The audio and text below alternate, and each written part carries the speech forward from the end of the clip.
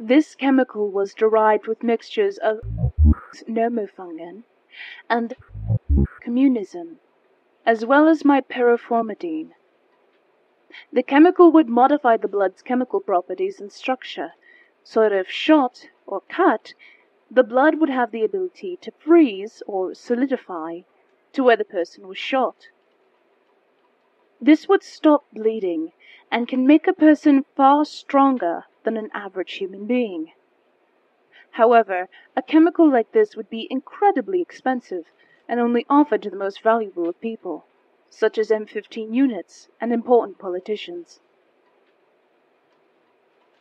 Other things that have to happen in order for the blood to solidify include increasing the amount of blood plasma from 55% to 59%. Modified blood cells, when oxygenated, constitute percentages of 96%. Therefore, the subject has to breathe deeper or more often.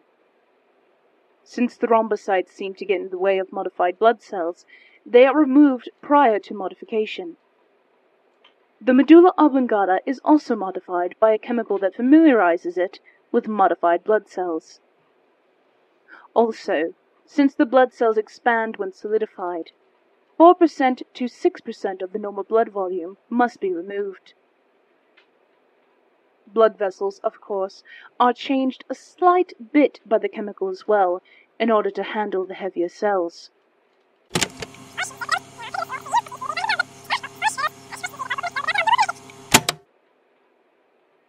Test subjects can be any male over 21. Subjects are compensated with £35,000. The subject will be provided with hospital beds and some entertainment. The subject must remain on an EKG and his heart monitor must be watched at all times. Once the chemical is introduced into the subject, he must be monitored for 24 hours. No food must be given until the 25th hour. All requests made by the subject in the first 24 hours must be ignored. Beginning with the 25th hour, the subject may be given painkillers and proper meals. Patient must continue to be monitored until the 72nd hour. After 72 hours, the subject is to be escorted to the test room. The subject is to be bound and sedated. The left arm is to be cut open 4 inches, and the right arm is to be shot by a .45 automatic. Observe the effects. After hour 144, the subject is to be taken to the test room again, and the subject is to be shot in multiple places without sedation. Each place and effect is to be observed and recorded.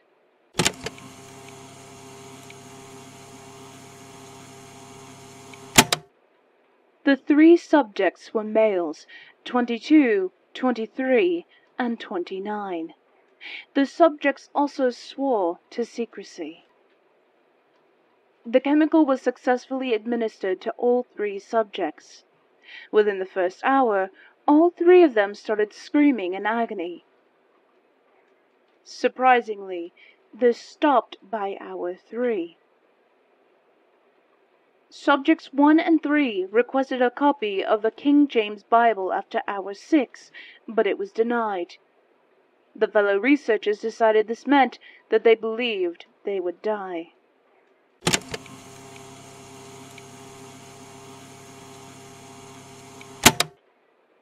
Subjects 1 and 3 were granted a copy of a King James Bible after hour 25. Painkillers were administered to all 3 subjects.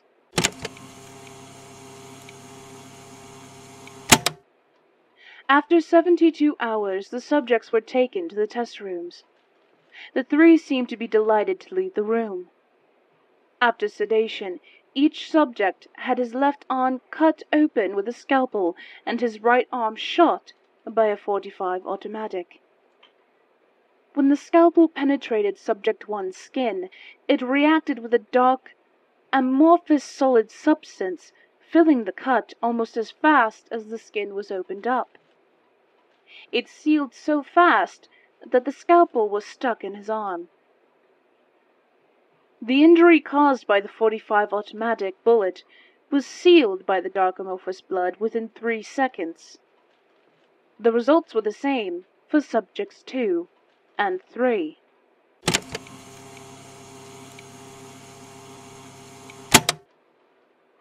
After 84 hours, all 3 of the subjects started to act unusual. Instead of using the entertainment around them, they sat in their beds and groaned, as if they were sad or ashamed. Subjects failed to make eye contact.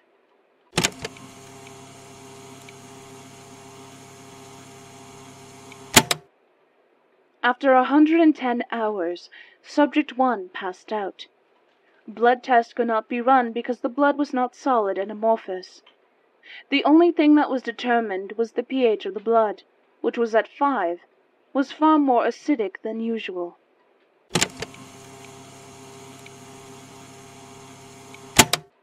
A researcher was sent in after 127 hours to take blood tests on the 3 subjects. Subjects have become increasingly silent. All 3 subjects have shown signs of aggression. The doctor found the pH values to be 4.3, 4.6, and 4.4 for subjects 1, 2, and 3, respectively. pH values were decreasing.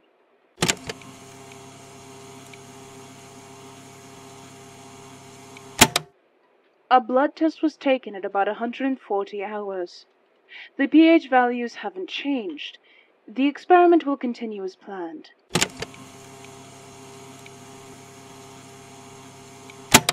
At 144 hours, subjects were escorted to the test room. The 3 subjects looked far different from the beginning.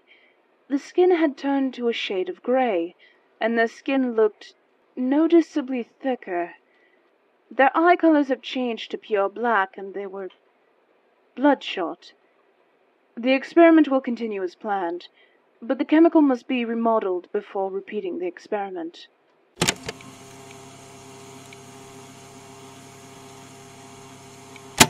Before opening fire on subjects 1, 2, and 3, they showed inhuman strength.